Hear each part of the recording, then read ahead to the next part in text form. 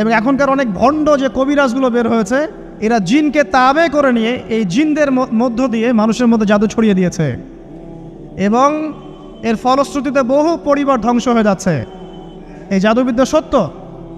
আরও একটা জিনিস সত্য, নবী সাল্লাল্লাহু আলাইহি ওয়াসাল্লাম বলেছেন ইন্না আইনাল হক, চোখের নজর সত্য। নবী করিম সাল্লাল্লাহু আলাইহি ওয়াসাল্লাম বলেছেন চোখের বদনজর সত্য। এই যে আমরা বলি ফেসবুকে এত বেশি ছবি দিয়েন না ভাই, ছবি তুলেন না, ছবি তুলেন না, বারবার যে বলি নিষেধ করি, কারণ কি জানেন? একটাই কারণ, বিকজ চোখ লাগাটা সত্য।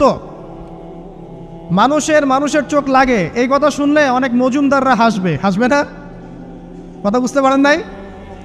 কিন্তু এটা সত্য, কারণ নবী করিম সাল্লাল্লাহু আলাইহি ওয়াসাল্লাম যা বলেছেন সাদাকাল্লাহু ওয়া সাদাকা রাসূলুহুল কারীম, নবী যা বলেছেন, আল্লাহ যা বলেছেন চিরায়ত সত্য। এর বাইরে কোনো সত্য আছে? আচ্ছা দেখেন, আমি বললাম যে জাদুবিদ্যা সত্য। এই জাদুবিদ্যার চর্চা মানুষ করে, এখনও করে, এবং এই জাদু দিয়ে মানুষের ক্ষতি করার জন্যে জিনের প্রয়োজন হয়, দুষ্ট জিন। এই জিনগুলোকে মানুষ তাবে করে মানুষের ক্ষতি করার চেষ্টা করে। দেখবেন এখন গ্রামে গঞ্জে শহরে সব জায়গায় ছড়িয়ে পড়েছে না? দেখবেন, খুব সতর্ক থাকবেন। আমি পরে সলিউশন বলছি আপনাদেরকে। আরেকটা বলেছি, নবী সাল্লাল্লাহু আলাইহি ওয়াসাল্লাম বলেছেন চোখের বদনজর এমন সত্য যে একটা উটকে এই রান্নার ডেকচির মধ্যে ঢুকাই ফেলতে পারে। একটা উট খুব সুন্দর, ভালো, আপনি দেখছেন মাশাআল্লাহ বলেন নাই, নজর লেগেছে, উটটা মারা গেছে, দেন তারপর তাকে জবাই করে খেয়ে ফেলতে হয়েছে। একজন সাহাবী গোসল করছিলেন, গোসল, এটা হাদিস সহিহ, এই আলেম ওলামা যারা আছেন তারা জানেন যে এই হাদিস সহিহ। একজন সাহাবী গোসল করছেন, তার গায়ের চামড়াটা খুব সুন্দর ছিল, একদম স্কিনটা অনেক সুন্দর, থাকে না এমন কিছু মানুষ? আচ্ছা, এখন আরেকজন সাহাবী এই গোসল দেখছেন দূর থেকে, দেখে বলছেন যে কি চমৎকার তার শরীরের রংটা, যেন কুমারী নারীর মতো, অনেকটা এমন একটা কথা তিনি বলেছিলেন। সাথে সাথে এই সাহাবী অজ্ঞান হয়ে পড়ে গেছে। কোন সাহাবী? যিনি গোসল করছিলেন। এটার আপনি কোনো ব্যাখ্যা দিতে পারবেন না তো, এখানে কোনো সায়েন্স দিয়ে বা মেডিকেল সায়েন্স দিয়ে আপনি কোনো ব্যাখ্যা করতে পারবেন না। একটা ব্যাখ্যা দিতে পারেন, কিন্তু কেন সেটা হলো সেটা আপনি অ্যান্সার খুঁজে পাবেন না। তো নবী সাল্লাল্লাহু আলাইহি ওয়াসাল্লামের কাছে নিয়ে যাওয়া হলো তাকে। তিনি বললেন যে এই ব্যক্তির ব্যাপারে কি কেউ ভালো মন্দ কিছু বলেছিল? তখন একজন সাহাবী বলেন হ্যাঁ, অমুকে বলেছে এর স্কিনটা অনেক সুন্দর, ওকে ডেকে নিয়ে আসুন। ওকে ডেকে আনা হলো। ডেকে আনার পর নবীজি তাকে অনেক শাসালেন, তোমরা তোমাদের ভাইদেরকে কি মেরে ফেলতে চাও? তখন এই সাহাবী তো অবাক, আমি আবার কখন মারতে চাইলাম ইয়া রাসূলুল্লাহ? আমি তো মারতে চাই নাই, আমি তো খালি বলেছি যে তার গায়ের রংটা অনেক সুন্দর। তখন তিনি বললেন কেন তুমি সুবহানাল্লাহ বললে না, কেন তুমি মাশাআল্লাহ বললে না? যখন মাশাআল্লাহ বলবেন, সুবহানাল্লাহ বলবেন, নজরটা লাগবে না। আর যখন আপনি মাশাআল্লাহ বলবেন না, সুবহানাল্লাহ বলবেন না, দেখবেন নজর লেগে গেছে। আপনি বিশ্বাস করেন ব্যবসা খুব ভালো চলছে, মানুষ বলল যে বাহ তোর তো ব্যবসা হেভি, লালে লাল শাহজালাল, ঠিক আছে, দেখবেন আপনার কেনা বেচা বন্ধ হয়ে গেছে। এরকম হবে, আমার কথাটা বিশ্বাস করেন। এটা কিন্তু সায়েন্স প্রমাণ করতে পারবেন না, আল্লাহ এবং তার রাসূল বলেছেন, তার উপরে কোনো সত্য নেই। আছে সূরা কাহফ 29 নম্বর আয়াত পড়ে দেখেন, আল্লাহ পাক বলছেন ওয়াকুলিল হাক্কু মির রাব্বিকুম, সত্য সেটাই যা তোমার রবের পক্ষ থেকে আসে। ফামান শাআ ফালইউমিন, যার ইচ্ছা হয় বিশ্বাস করুক, ওয়ামান শাআ ফালইয়াকফুর, যার ইচ্ছা হয় সে অস্বীকার করুক। এই কারণে আমরা বলি ফেসবুকে এত বেশি ছবি দেওয়া, এই আই ওয়াশ করা, এই যে শোডাউন করা, হ্যাঁ, ইসলামের কিছু কাজ করলেন একদম মানুষকে না দেখাইতে পারলে ঘুম হচ্ছে না, এগুলো বন্ধ করেন, এগুলো বন্ধ করে দেন আল্লাহর ওয়াস্তে। অফলাইনে কাজ করেন, নিজেকে গোপন করার চেষ্টা করেন। যত বেশি মানুষের কাছে নিজেকে এক্সপোজ করবেন, কাজের বরকত কমে যাবে, কাজের বরকত কমে যাবে, চোখ লাগবে, নজর লাগবে। এবং চোখ লাগা বদ নজরে বহু আলেম আস্তে আস্তে মাঠ থেকে মাইনাস হয়ে গেছে না? যায় নাই? এখন কি আলেমদের সংখ্যা বেশি না কম? যত দিন যাবে আলেমের সংখ্যা আরও কমে যাবে। নবীজি বলেছেন আলেমদের সংখ্যা কমতে থাকবে, মানুষ জাহেলদেরকে আলেম বানিয়ে নেবে। তো প্রিয় ভাইরা, জাদুবিদ্যা সত্য, চোখের বদনজর সত্য, রাতের এই অনিষ্টগুলো সত্য, রাতের বেলা অনেক ক্ষতি আছে। এই জন্য নবীজি বলছেন বাচ্চাদেরকে বাইরে বের করো না, এবং তোমরাও রাত যখন গভীর হবে তখন এদিক ওদিক ঘোরাফেরা করো না। দেখবেন রাত যত গভীর হয় আমাদের শহরগুলো তত জীবিত হয়, তাই না?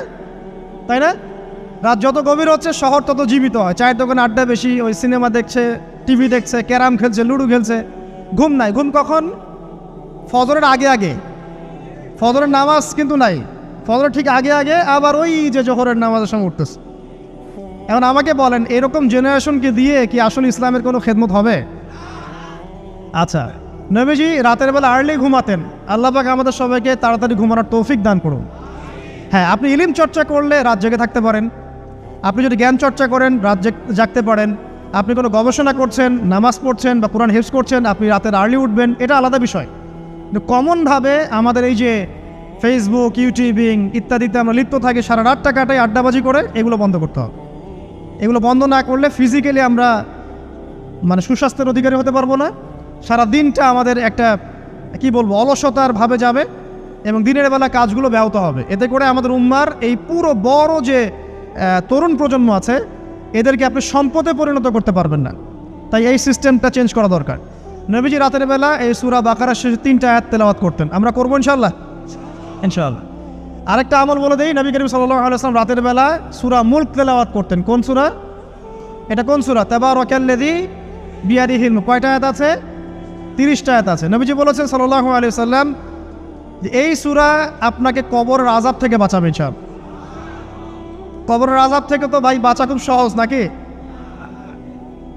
আমাদের মধ্যে এমন কেউ নাই, শোনেন, আমাদের মধ্যে এমন কেউ নাই, আলেম জালেম, মুফতি মুহাদ্দিস, রাজনৈতিক নেতা, পলিটিশিয়ান, বিরোধী দল, জাতি, তারপরে যে সরকার দল, যে আছে না কেন, কবরের শাস্তি ফেস করবেন এমন একটা মানুষ নাই,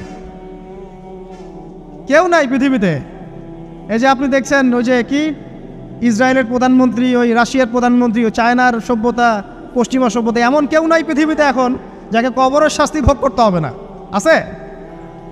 সবচেয়ে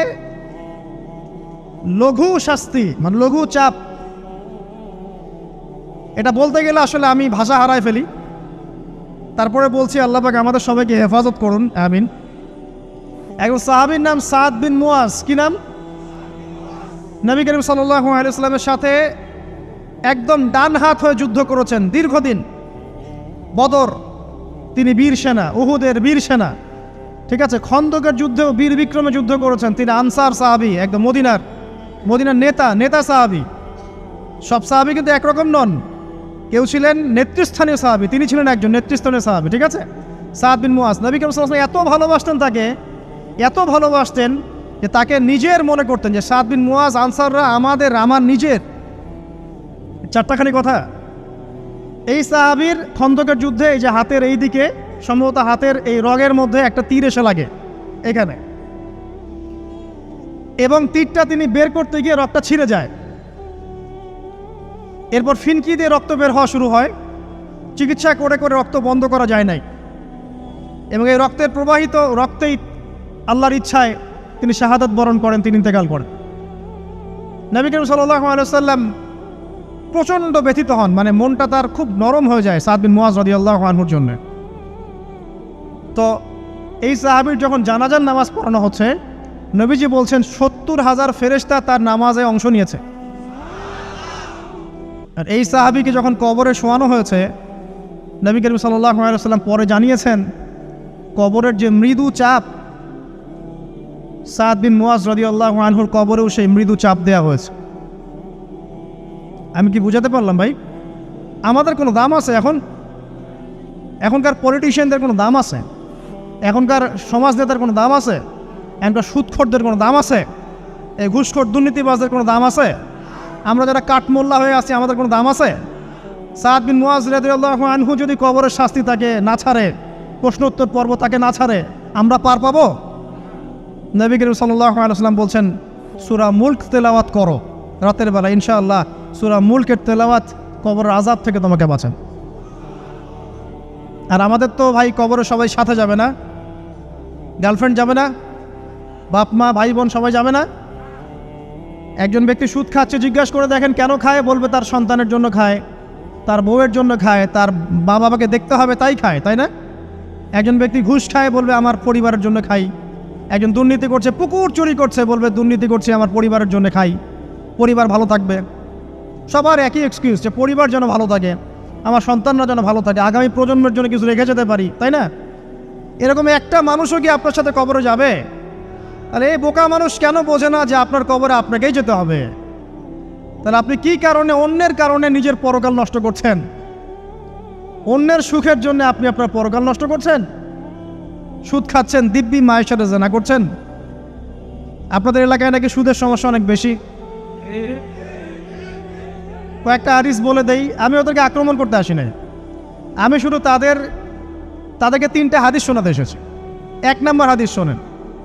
আল্লাহর নবী মুহাম্মদ সাল্লাল্লাহু আলাইহি ওয়াসাল্লাম বলেছেন, সুদের পাপের 73টা শাখা আছে। কয়টা? কোনো হাদিসে 70টাও আছে, কোনো হাদিসে 73টা আছে।